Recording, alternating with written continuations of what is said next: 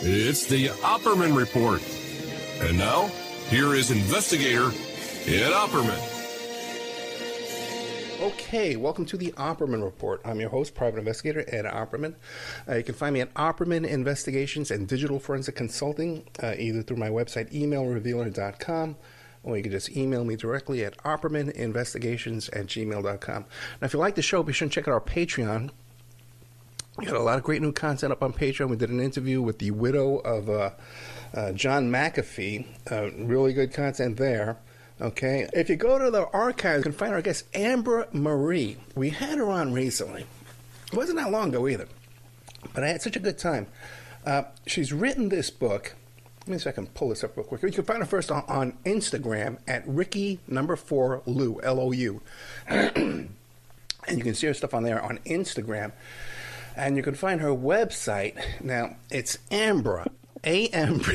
We were just laughing about this off there. It's Ambra, A-M-B-R-A. Then it's HuemanSol, but it's spelled H-U-E-M-A-N-S-O-L. And that's at .weebly.com. You can find it there. But go to the Ricky4Lou, and you can probably find anything better there. She's written this incredible workbook called Unifying the Soul. We talked about this last time she was on. Great energy from this woman, beautiful woman, great, so interesting, and great energy coming from Ambra Marie. So, Ambra, are you there? I am here. Hello, Ed. Yeah, I hear you laughing over there. So you're laughing at me. I know you're there. I can't here. Thank you. I can't thank you enough. Last time you were on the show, I just left the interview just feeling so uplifted and in a better mood. Remind the audience, who is Ambra Marie? Wow. As I said before, Ambra is a interesting human. Yeah. I am still learning about myself more and more every day. I am a mother. I grew up in Southern California and moved to the deserts of Las Vegas in my early 20s.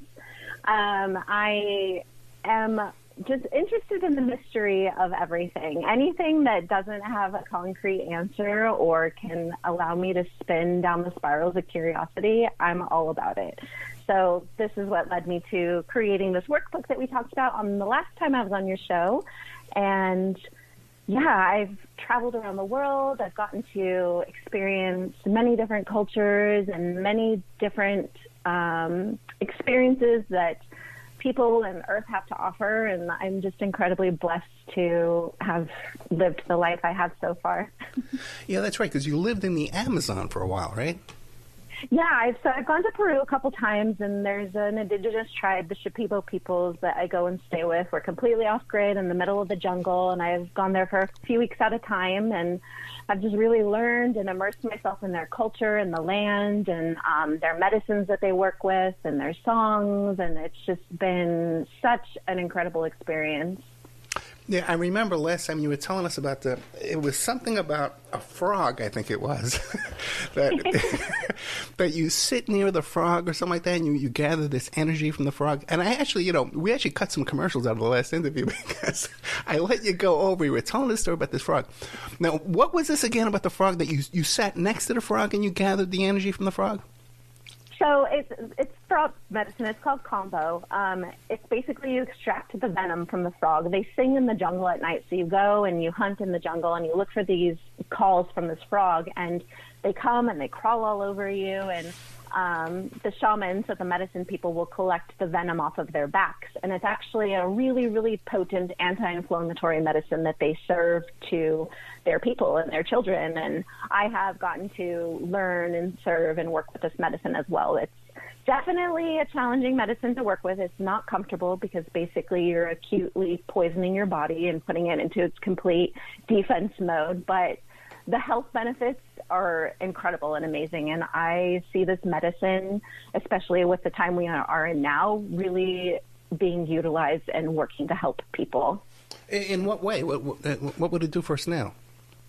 So strengthening your immune system, getting rid of any impurities in the body, including parasites, bacteria, viruses, any dangerous fungals.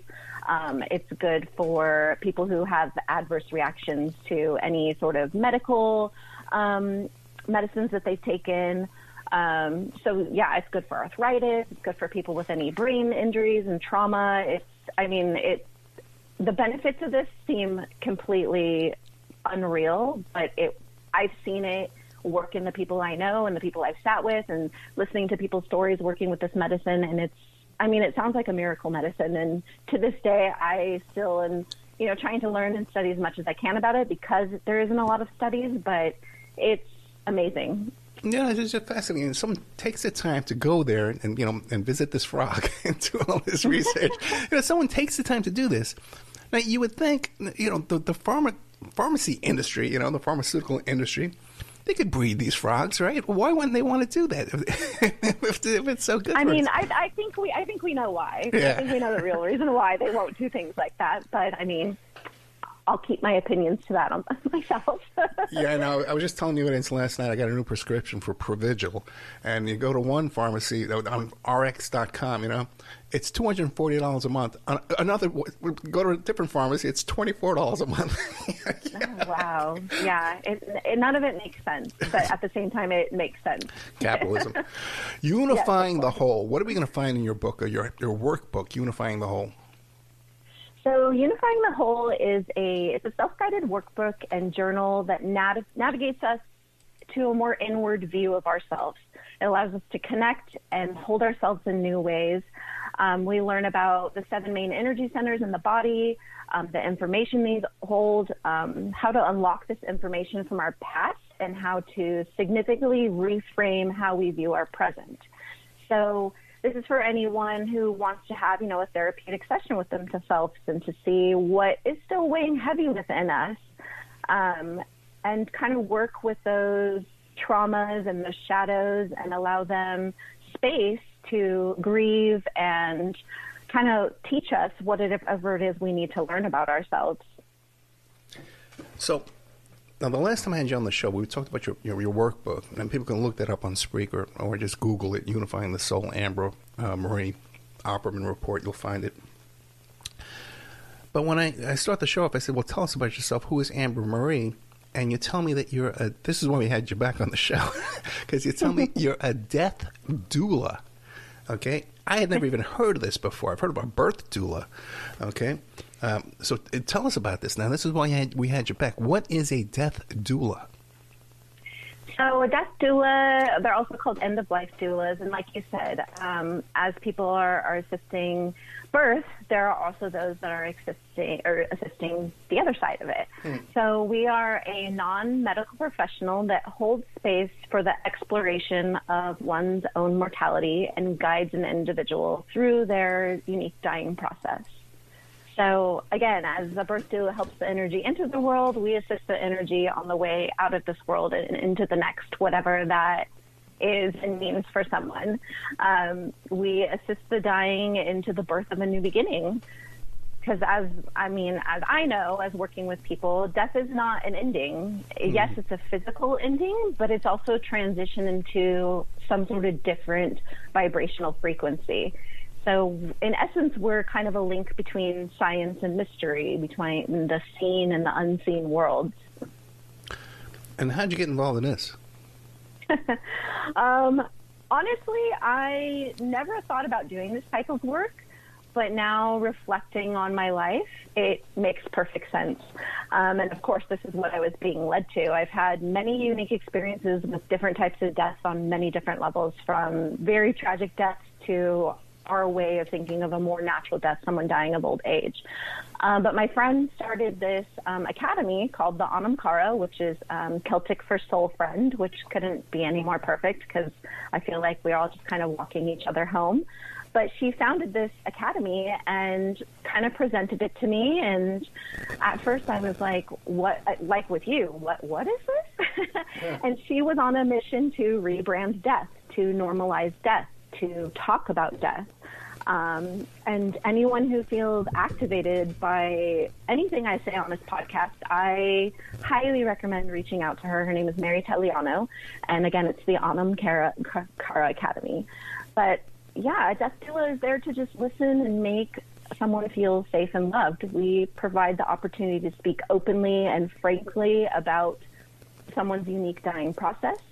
What we do is we develop a plan for how someone wants their death to look, how they want their space to look. And we also provide rest time for exhausted caregivers and family. And again, while we don't give any medical advice, we can explain the very unique and telling signs and symptoms of the dying process. We cook and share meals. We just try to make this transition as beautiful as possible. And then we also help process the emotions and the experience with loved ones with the grief.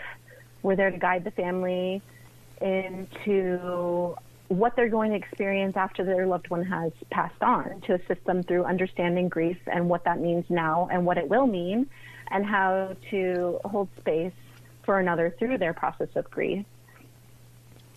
And this is called the Autumn Cara Academy? It's called the Anam Cara, so it's ANAMCARA. So again, the Anam Cara. Another thing you can't find.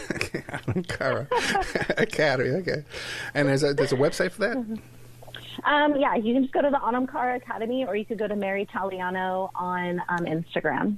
Or you can I linked through mine as well. Okay, great. Now, how is this funded? Okay, because, usually the end of life, the Medicare comes in involved, and you have to sell your house, and they teach all the kind of tricks to be poverty, so that you can fund all this. Are your services funded? So my services, I work voluntarily through hospice, but I also take on private clients. And this is just for family members that want to give this gift to their dying person. It's not super expensive. I know when we think of like hospitals and medical bills, racking up the numbers in your head, you're like, how could this possibly be affordable for someone? But death doulas, we work with people. We're not about the money. Obviously, it's an exchange, and there is some sort of exchange that needs to happen for us to be able to do this type of work. But it's also not something that we're trying to get rich off of. So, for instance, my rate is anywhere from $50 to $100 an hour, just depending on what services it is I'm providing. If I'm going to be there all day, obviously, I'm not going to be charging people, $800 for my time for the day. But it's on a case-by-case basis. Like I said, we're very understanding and work with the families and the people who are dying, because this is a passion and this is something that we are passionate about. Yeah, there was a time, like when I was a little kid, doctors came, they made house calls. When your kid was sick, the doctor would come with his little bag, his little medicine bag, and visit your home. And we weren't paying that guy $1,000 to come to our home, I don't know what we paid him. But there was a time, we had some kind of care about each other. Yeah. And my medicine bag looks a little different than a doctor's. I bring, singing bowls and oils and books and things to read and make someone feel comfortable. But I think the most important part is just showing up and being a presence and being a body of comfort, and to know that someone's not alone in their process. And a death doula is there to listen and make someone feel safe and feel loved.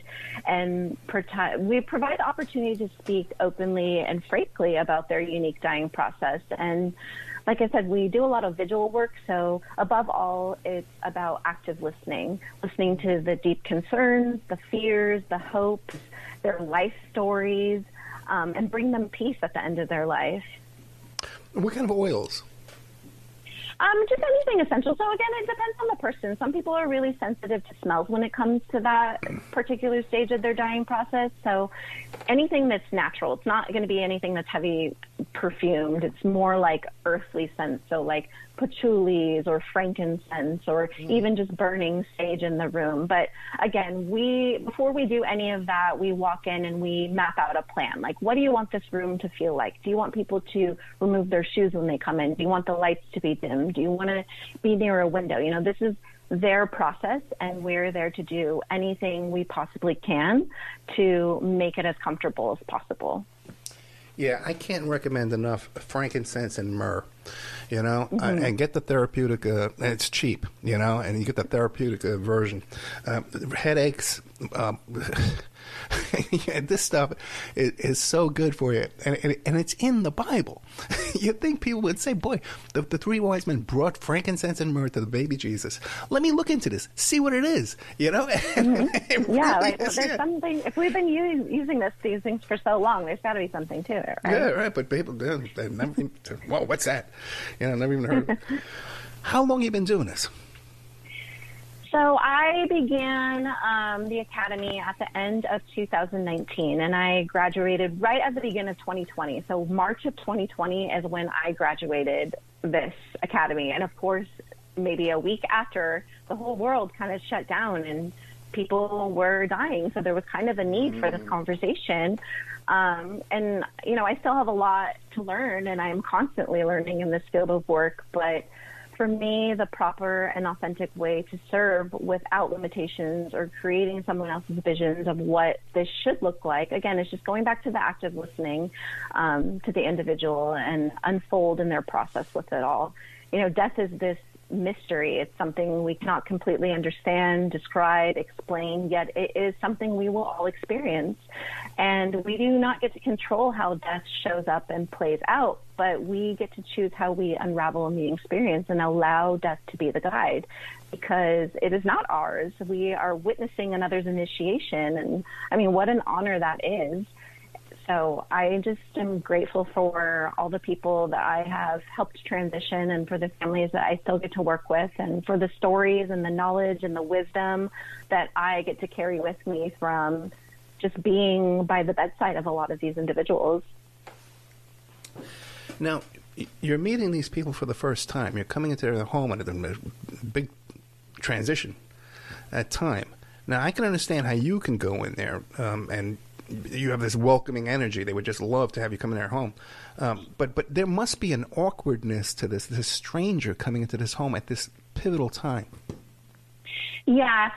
Usually we work with people in the last 3 to 4 months of their life. So people get a prognosis and they know they're at the end of their time, but they have a little bit of time. So we get to build that relationship. You know, we're not just coming in and, you know, they have weeks, days, or hours left. Right. You know, we're building that bond with them ahead of time. And although I have stepped in those last moments with people that didn't know me, again, I think people recognize my energy, and even though it took me a long time to witness that within myself, there is something that I hold within myself that makes people feel comfortable. I can't even tell you how many times strangers I've sat next to on an airplane or at the grocery store will just completely open up to me about very personal, deep things, and they're like, I'm so sorry, I don't know why I just told you this. And in my head, I'm like, I know why.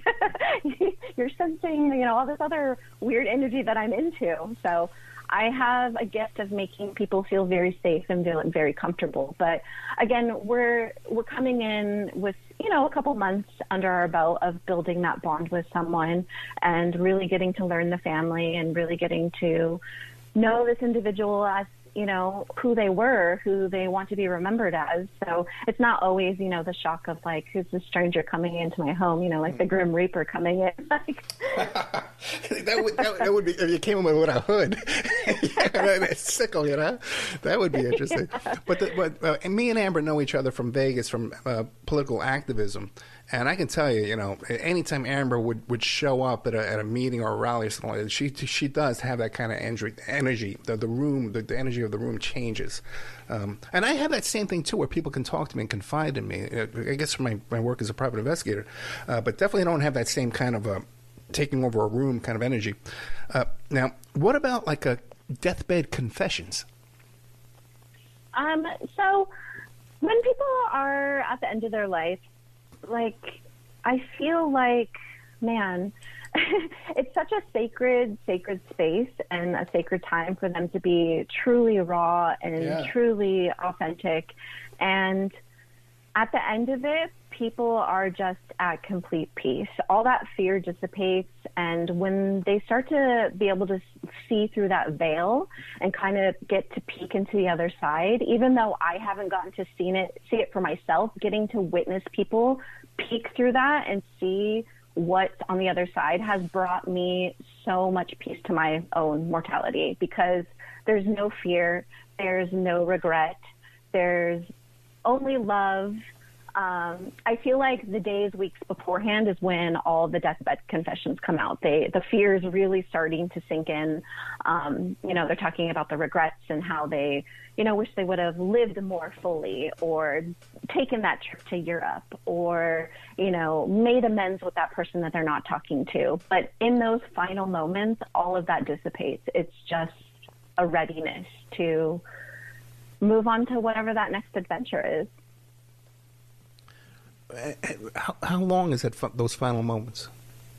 It depends. It could be, a day. It could be a couple of hours. It could be, it just depends on the person. I was just back home last Christmas, just this past Christmas, and my uncle was actively dying, and he had been actively dying for, about a week and a half now.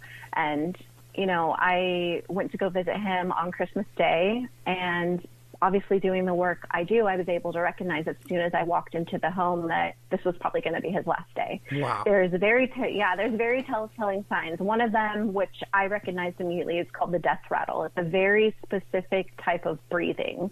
And my aunt was very hopeful that he was going to make it to his next doctor's appointment, and they were going to try this new medication, and that he had some more time.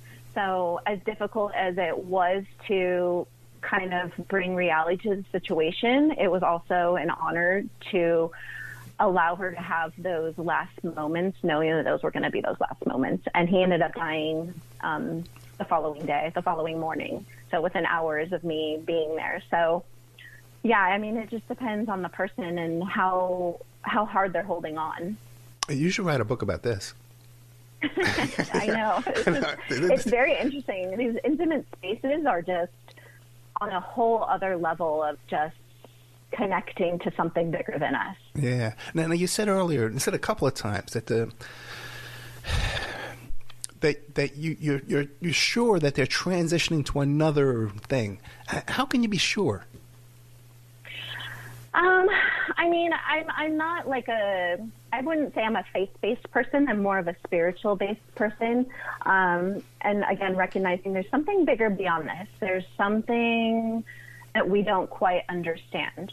And I am not one to label and hold myself and tie down to any belief in particular. I'm open to whatever that experience is. I know there is something bigger, but I don't quite know what that is. And it's kind of I find comfort in just I'll know when I know. Right. But now, what about the people? What do you call people about to die? What would you call them? I would just call them people, humans that are transitioning on to the next great adventure. The actively dying, right? The sages, the wise ones, ones with that hold all the mystery. Now they must have their own religious beliefs and faiths and stuff like that. Do they ask you to pray with them or other things? Yeah, when I step into someone's space, I am there to serve, and whatever faith that they claim, and whatever, even if they don't claim in any faith, I am there to serve wholeheartedly. Mm-hmm. And even people of faith have fear around death.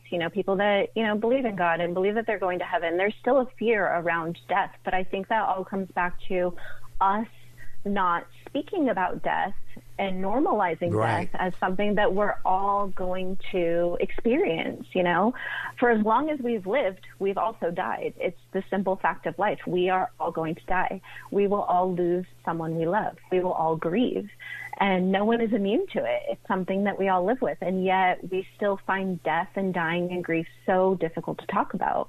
And I understand it's unsettling to think about our mortality. The finality and uncertainty that surrounds death can be frightening.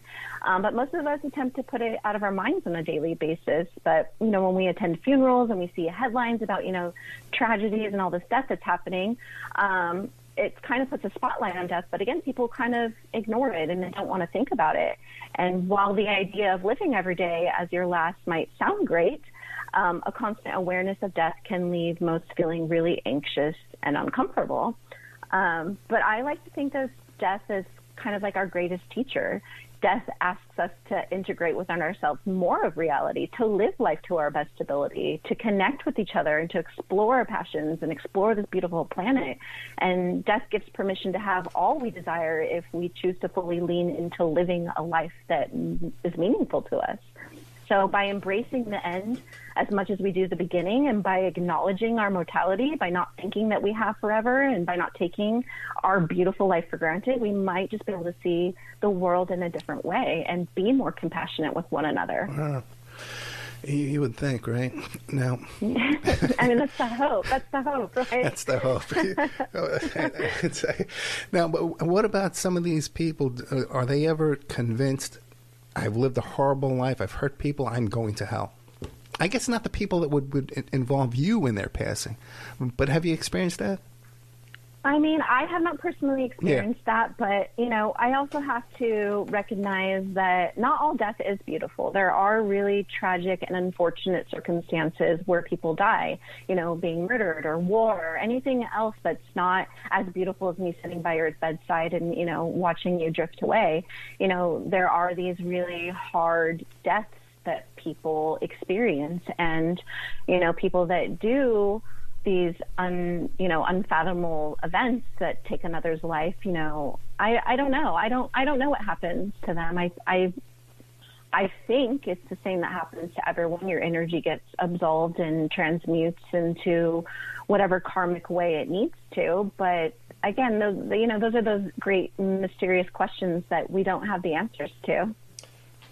But you've been there physically at that passing. Do you notice a change in the energy of the room? Yes, there's a stillness.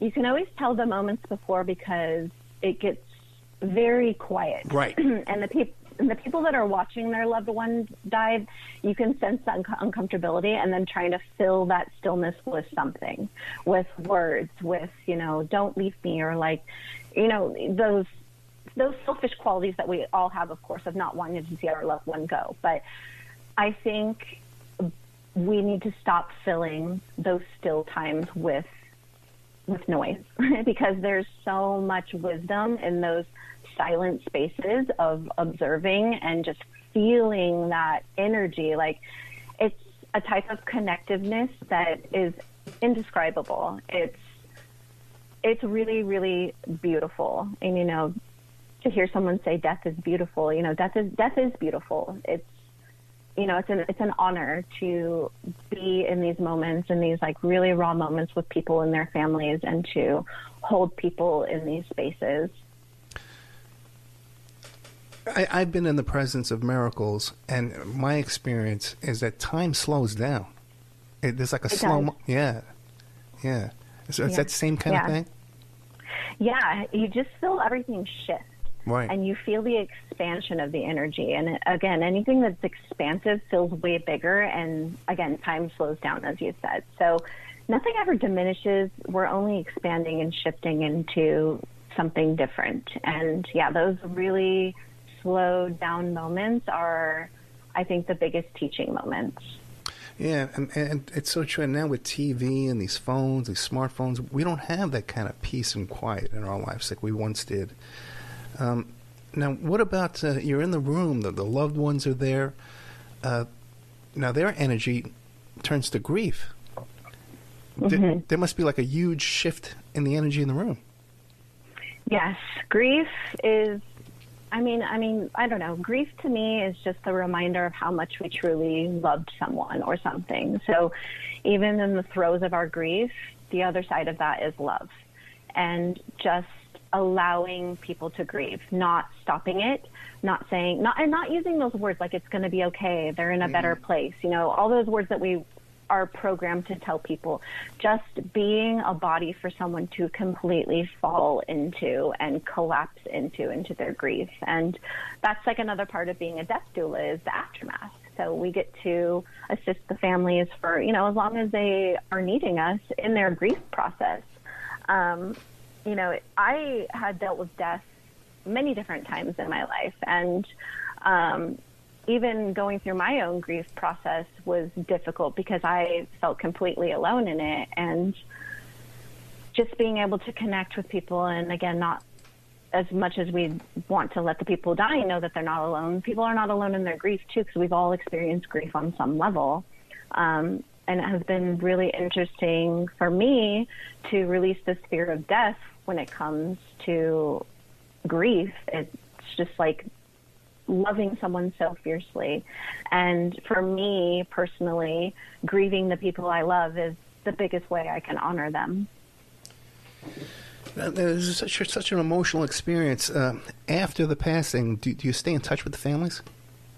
Yeah. So we help them throughout the funeral process too. Again, while we're working with a person who is actively dying, we let us know what they want that to look like, what they want their funeral to look like, what they want their, burial, cremation, everything to look like. That way, everything's laid out. The family doesn't have to stress about anything like, oh, what would they have wanted, or am I doing this right? All that gets to be handled and taken care of by the person dying, and the family can just experience and grieve and tell stories and connect with the others that loved them so much. So again, my sister who created this academy, she had this brilliant idea of wanting to start doing living funerals.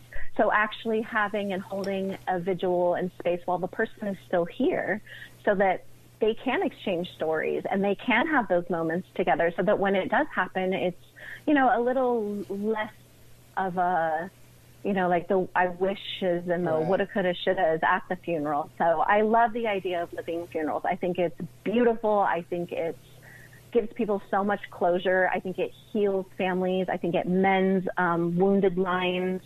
And there's just so many beautiful benefits to having those spaces while the person is still here and present. Now, it's after someone, especially like an old couple, they've been together 30, 40 years, and when one partner passes, the other partner will usually pass in 6 months, unless they, there's some kind of intervention. And when my mother passed, I moved down to Florida to be with my dad, because we knew they were so close. He would visit her at the nursing home 3 times a day and feed her 3 meals a day. For like 8 years he did this, okay? So we knew that there was such a connection between the two of them that he would be going in 6 months if we didn't give him something to look forward to. Now, have you seen that? What about the passing of the partners? So I haven't dealt with the passing of the partners. I haven't held space for that. But I can say the first experience I had with death was my grandfather. I was 15, and that was the first death I had ever experienced in my life. And he was my whole world, as well as my grandmother's whole world. And she's still here. She's still alive. He's been gone for, 25 plus years now, 26 years. But she's never moved on. She's never found another person. She still, speaks highly of him. She still has a lot of his belongings. And some people, they don't move on. But, there's definitely a loss with her since he's passed. And I know she's probably looking forward to the day that they get to reunite again. But, his death was the first death that taught me everything about death, because, again, I had never experienced it. And then since his death, I've experienced many, many deaths, and some from very, very tragic ways. I lost 2 friends in high school to a car accident when we were 16. They had just gotten their license and passed away a week later. Oh, my God. So, I've experienced death a lot at a young age. And then even in my mid-20s, I lost a best friend to murder, and that was horrific. So, I didn't recognize it then, but all of these things were kind of building me up for something bigger, to be able to relate to death on many levels, and to be able to hold this death and relate with people who are grieving through various types of death. I tell you, when you say that your grandfather passed at 15, that was 25 years ago. People should go to the Instagram, number 4 Lou, Ricky 4 Lou, and look at some pictures of Ambra. We should all go get one of those frogs, okay? 'Cause this woman looks about 25 years old. Okay. I'm going to be 40 this year. Oh, God bless you, man. We all got to go get those frogs. I figured you're about 25, 30. Okay. Now, what about, have you ever been brought in to be present at the passing of a child? A child maybe has leukemia or cancer or something like that?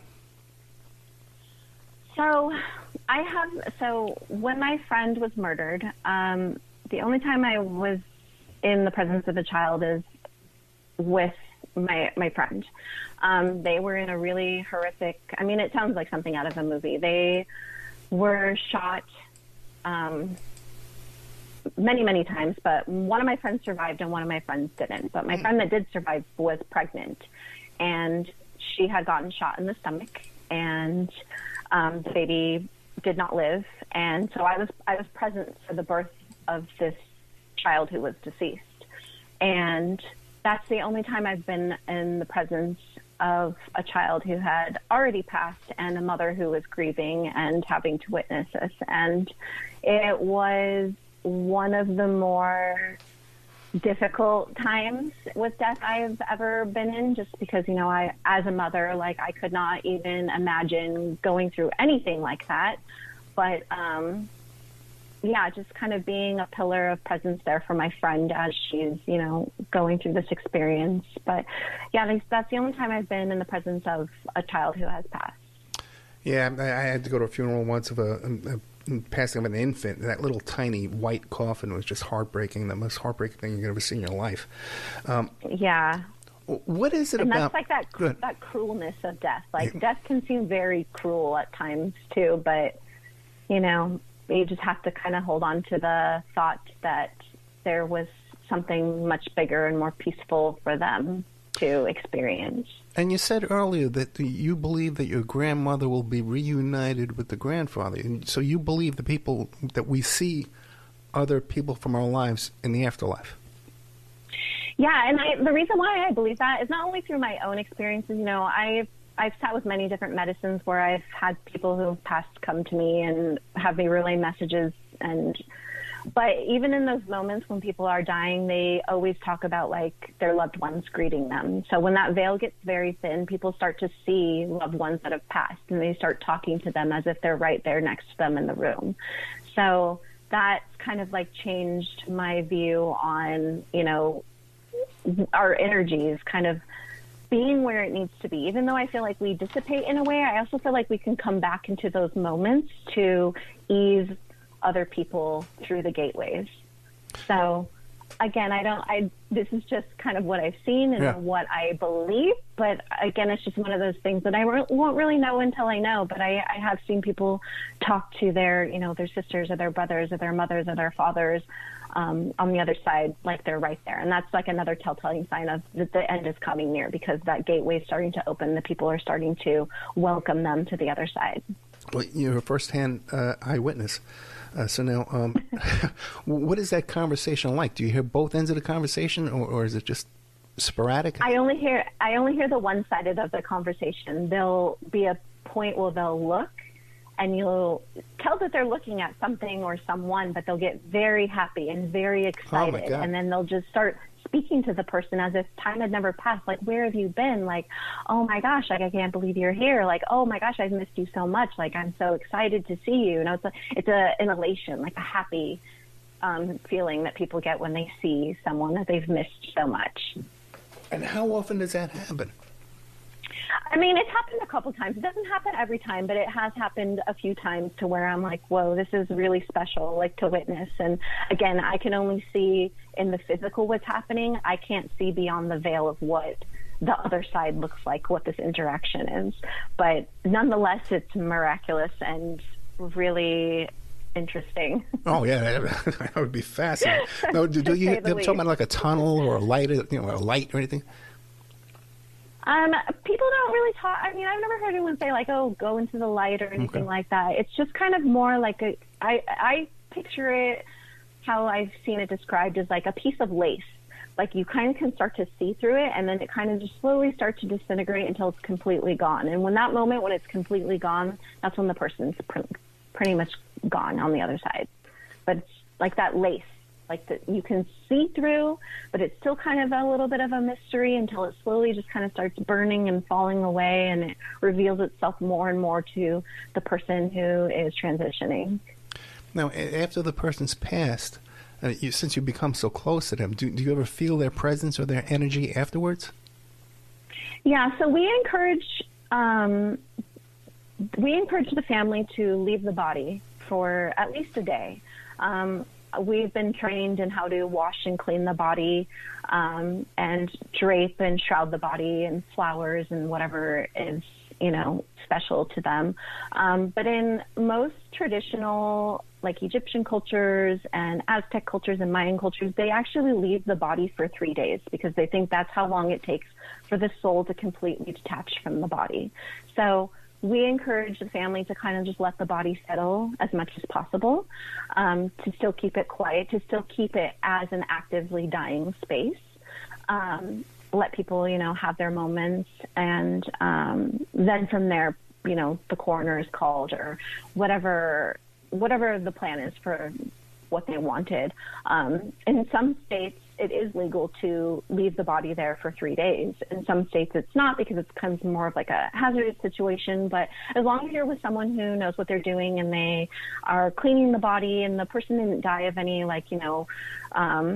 tragic, like blood disease or something that's going to be toxic to someone else, it's perfectly safe to leave the body and to, as ancients have said, let the soul completely detach from the body. So, it just depends, again, with what the wishes are of the family and the actively dying person. Now that's fascinating. Yeah, you wouldn't even think that, because I know that they get come inventory, all kind of stuff to probate. Now, but do you report the body, the death, or just keep it quiet? So it depends again. Most people will report the death. Usually they'll have a doctor or nurse that they've also been working with. Gotcha, we're not, again, because we're not a medical professional there is someone there, like if it's hospice or in the home, there's a medical professional there, and they do report, and, clock the death time and all that stuff. But they are also very forgiving and understanding of, leaving the body and whatever religious or cultural or, whatever someone's wishes are. Most people are pretty, cool with allowing the family to do what they will. In Nevada, just a short time ago in Nevada, it was legal to bury a body in your backyard. You could bury your loved ones in your backyard. Not that long ago. Not that long ago, Okay. Yeah, but I think the biggest thing for me is just being comfortable with my own mortality. I was never afraid of death. But it's something I always knew that would happen to me.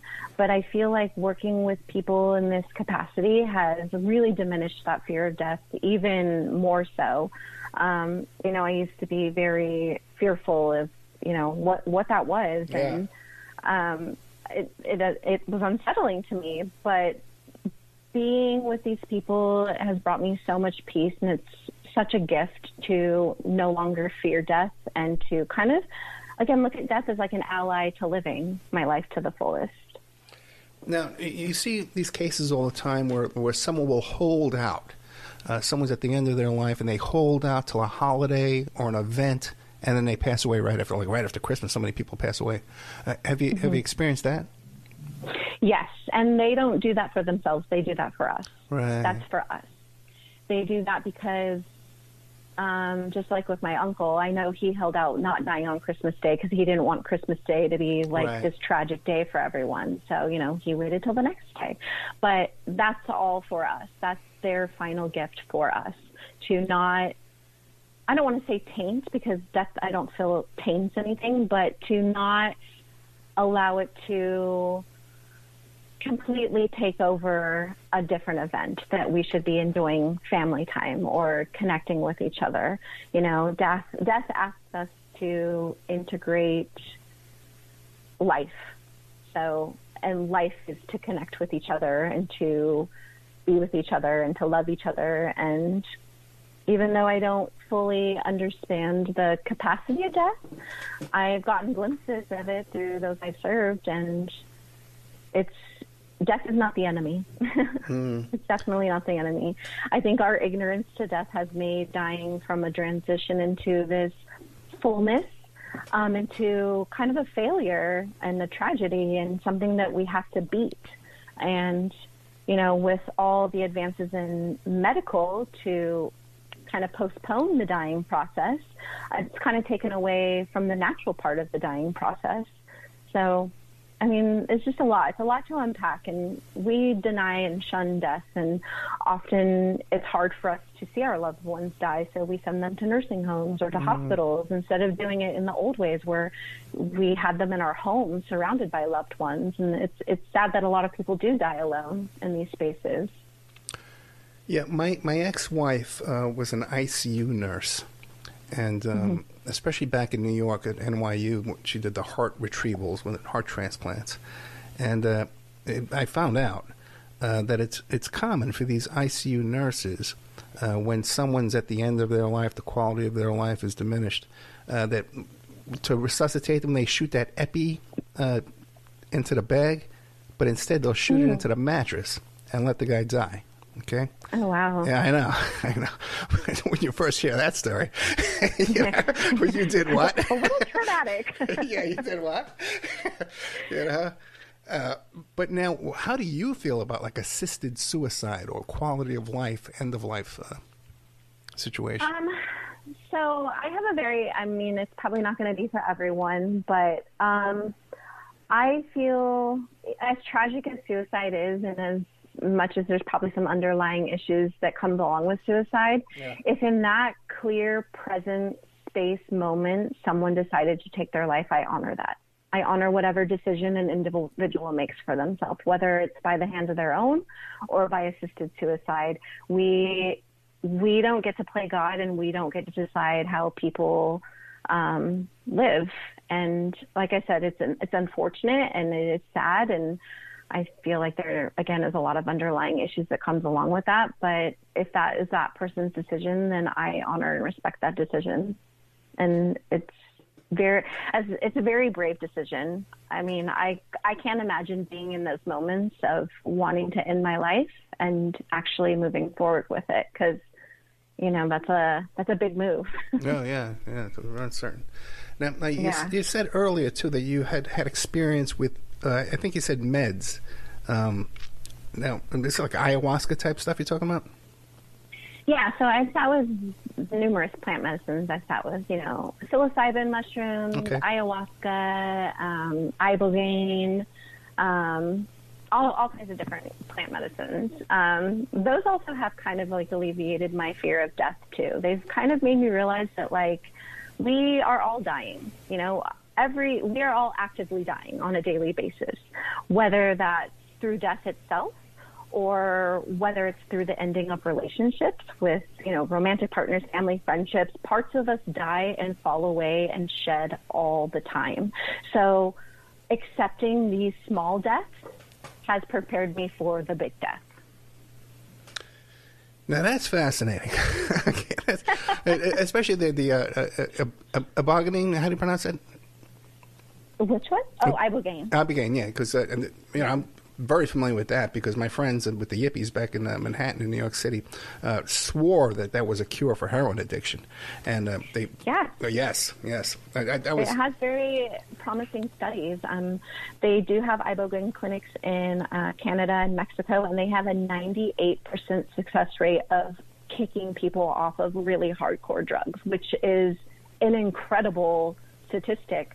But on the other hand, a lot of people that relapse will immediately die because they have been completely cleared, and when they go back to thinking they can take the normal dose that they have, it becomes fatal to them. So it's that fine line of making people aware, yes, it could heal you, but if you relapse, it could kill you instantly. Yeah, that's exactly what happened to my friend Fred Gottbetter. And if you look up his name, he was part of those studies in Manhattan with the yippie spokesperson. And they got him off, man. Yeah, and he was in such bad shape, too. Everyone abandoned him. He's just miserable. And they got him on that ibogaine stuff, and he was healed and then overdosed shortly after that. Yeah, so you can look up the name Fred Gottbetter, man. The guy was a hero to me, man. Told me everything. Yeah, I would love to look him up and learn about his story because, we can learn even from past deaths. Like there's just so much wisdom and so much knowledge that are encapsulated in each individual death. And each step I take into the unknown and allow things to fall away without trying to desperately grasp and keep them prepares me even more. And then on top of that, holding empathy and compassion for people in my daily life is important to the work I do. And for the audience, we have A.J. Weberman coming back. So just to know, Fred worked for A.J. and I worked for Fred back in those days. Now, in your travels and your experiences, other cultures, they're dealing with death. What have you found there? So mainly, like, when we were in our schooling, we learned a lot about how the Egyptians handled death. And again, they wouldn't touch the body. And then they were very big on the karma of it all, the weighing of the heart against the feather and, the gateway, like how pure did you live your life? So I learned a lot about that, but even more so going back to, Peru and working with those indigenous cultures. The way they honor death is even beautiful. I mean, everyone has their own way of honoring death, but again, they honor death by serving medicine. So a lot of people get served ayahuasca in their active stage of dying and kind of drift away into the medicine, which, I mean, I've done the medicine not actively dying, and I've felt like I've died many times during that medicine. So being actively dying and taking a medicine that helps you die, like, I can't even imagine what that experience would be like. But there's a lot of singing and a lot of celebration. And even in Mexico, I was just in Mexico in October for Dia de los Muertos, and how they honor death and how they, prepare and, everyone goes to the cemetery and they cook, their loved one's favorite meals and bring out their favorite beers. And, it's a celebration. It's a party. It's not a sad time. It's a grateful, like, we got to experience this person for as long as we have. And now they're watching us and taking care of us on the other side is what they believe. So, yeah, I mean, there's just so many beautiful, rich cultures around dying. And, even though I don't know about all of them, I am definitely open to learning in any ways people want to hold death. Yeah, Aldous Huxley, Brave New World, author. He took a dose of LSD on his deathbed, and it was like a huge dose too. It was like an astronomical dose. Yeah, that was like his dying wish, is that he wanted to go out with the medicine. So his wife served him, a really, really large dose of LSD, and I mean, again, what a way! Like if I'm all for people going out the ways that they want to go out, and what a way to go out. I mean, see, I would be afraid to do that. I would think it might alter the transition. I mean, you never know, right? Like, who knows? We don't know. I don't know. Yeah, by the way, that Aldous Huxley death took place at the exact same time as the JFK assassination, whatever that means. Okay. It was on the same day, almost at the exact same time. Yeah, I highly recommend his book, The Doors of Perception, too. That's a really great book, too. There you go. Now what about these other cultures? Do they have the same kind of thinking that we have here in the West about the reward or punishment after death? Some do. I would say, just like the Egyptians, yes. Mexican culture, yes, just because they were so ingrained in, like, the Catholic religion, and believed in, heaven and hell and good versus evil.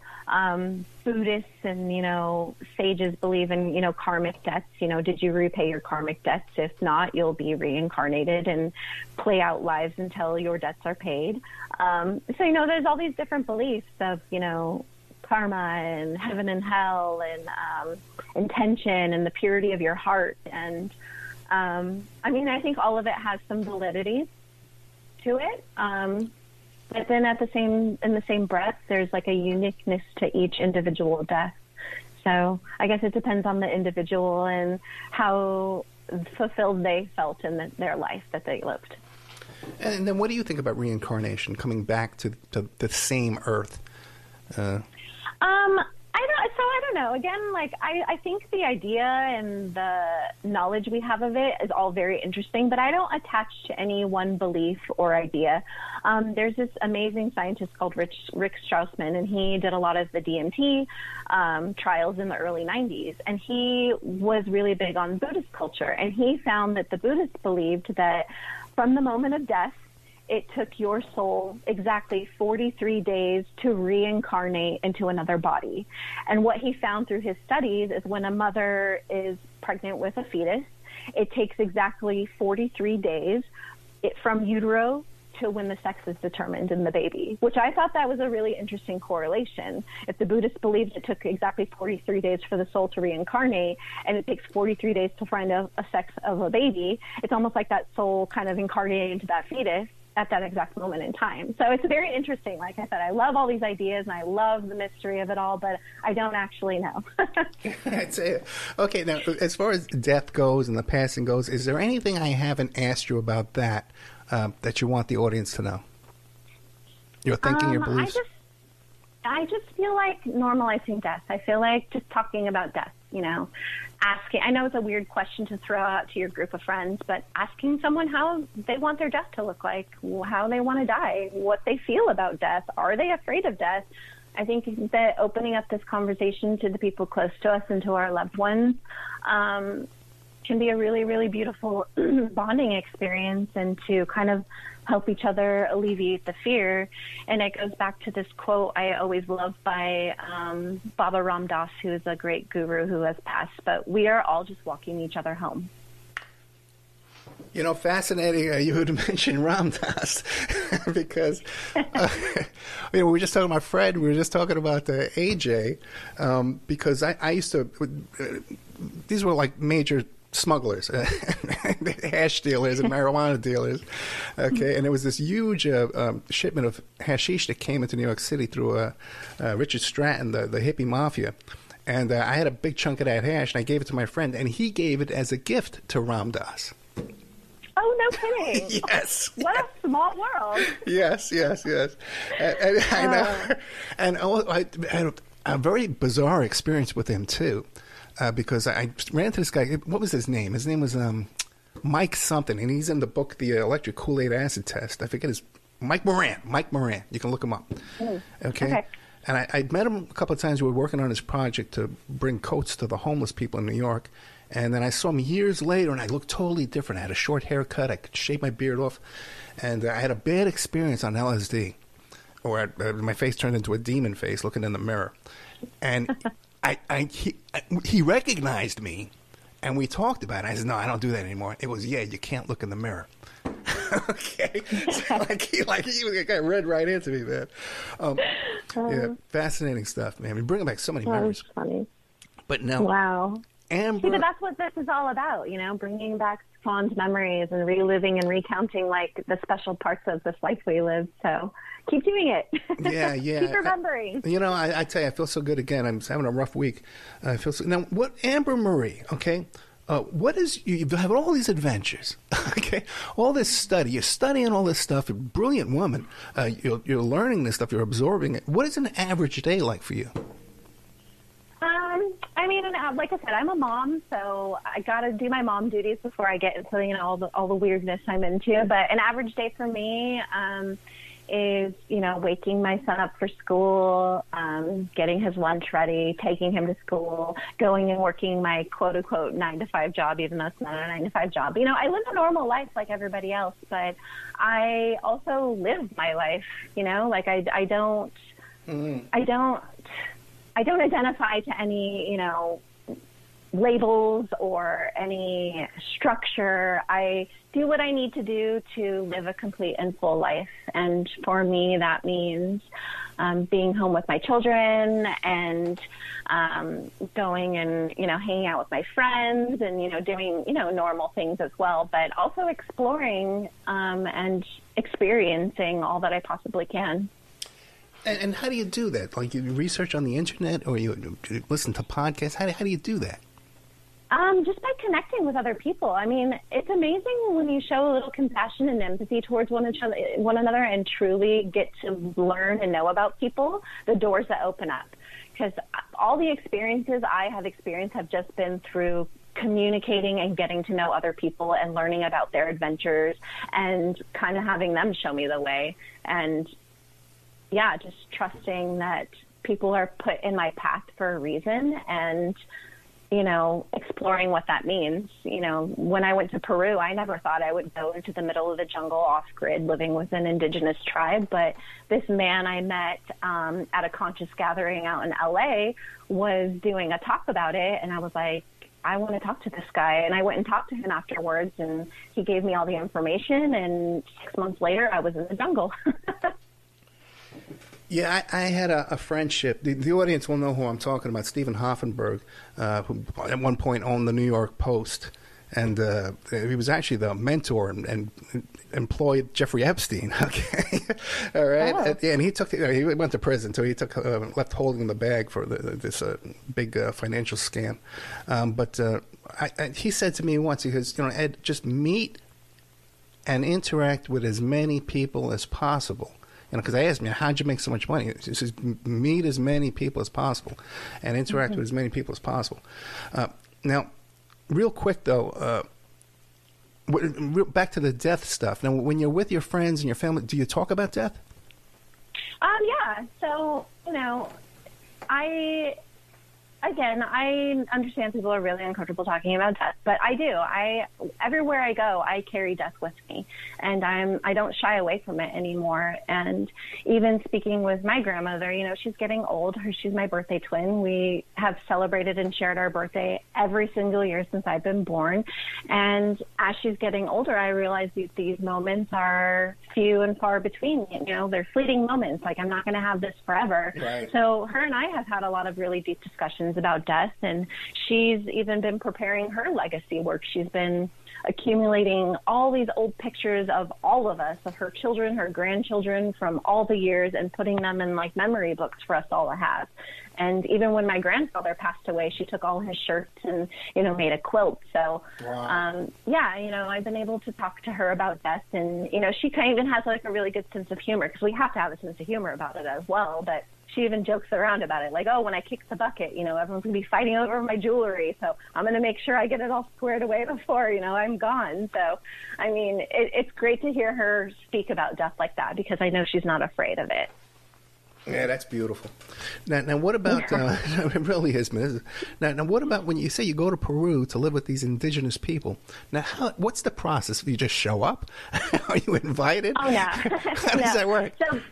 So they prepare for us. So the man I was speaking about earlier, his name is Fabian Rodriguez.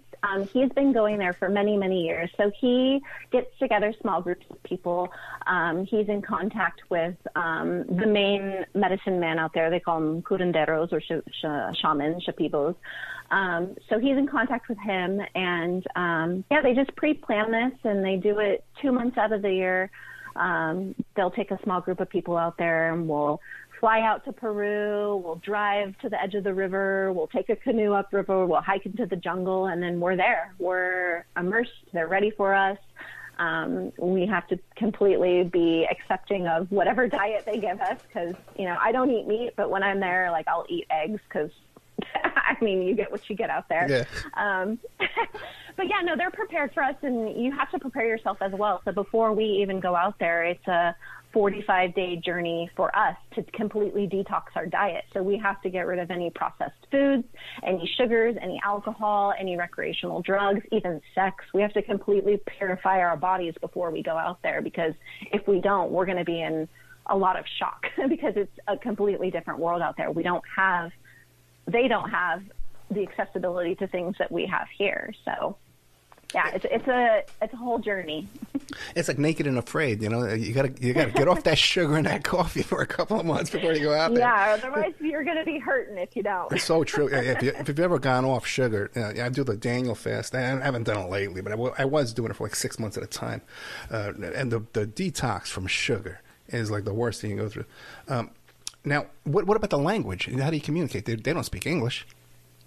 So they do speak Spanish. Okay. Their main dialect is their Shipibo language, but they also do speak Spanish because the towns that they live close to in Peru are Spanish speaking, and sometimes they do have to go into town to get things of water to bring back in the jungle or whatever. But yeah, Spanish. And we have a translator with us, Fabian being one of them. I speak a little bit of Spanish. I understand it way more than I can speak it. Yeah. It takes me a little bit to conjugate the proper verbs so that I don't say something completely asinine. But yeah, we get by. I mean, you'd be amazed how much you really don't need language to communicate with another individual. Just kind of using your other senses to communicate and kind of bringing those senses online that we don't really use to communicate with do a lot of good too. So you detox before you get out there, and then you're there for 2 months. So I've only gone for 2 weeks at a time, just because I can't leave my children that long. Right. They would be traumatized. So I've gone for 2 weeks, which in itself, 2 weeks completely off grid without being able to speak to anyone, with having no phone access, nothing. It seems like 2 months. So yeah, we go out there for 2 months. We sit with medicines. We hike. We learn about the culture. We learn their songs. We do art. It's just being completely immersed into another way of living. And then what's the cost? So the cost for this it's $2,000, but it includes everything except your airfare. But it includes all the travel, the translator, all your food, lodging, all your medicine ceremonies.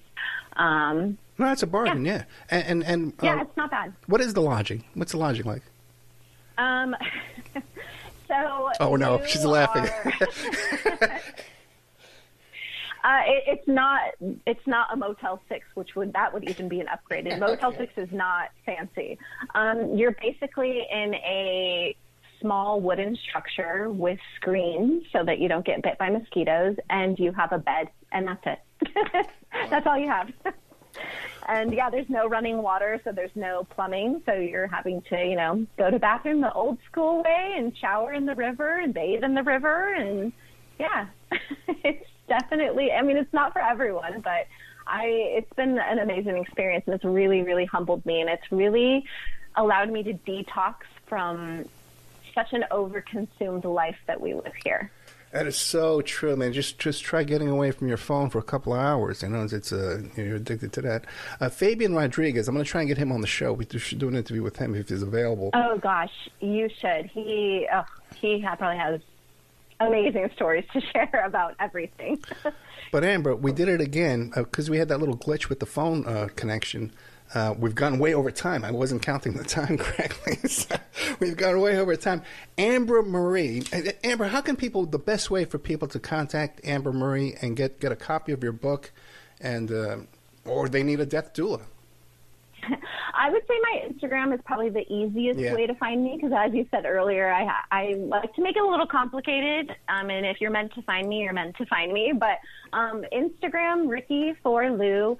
I have everything linked in my bio there. You can go to my website. You can see, all my travels, my blog, everything, all the services I have to offer. You can purchase my book as well. So yeah, Instagram's probably the best and friendliest way. Yeah, you should really think about doing a podcast. Yeah, maybe. I don't know. I've never thought about it. Thank you for planting that seed. No, think about it for sure. I'll even put up on one of my platforms for you. Ambra Marie, it's Ricky #4 LOU on Instagram. That's the best way to get a hold of her. But if you want to email me, I'll get the message over to her too. Thank you so much. Okay, Ambra? Thank you. Thank you for having me. Good night. Good night.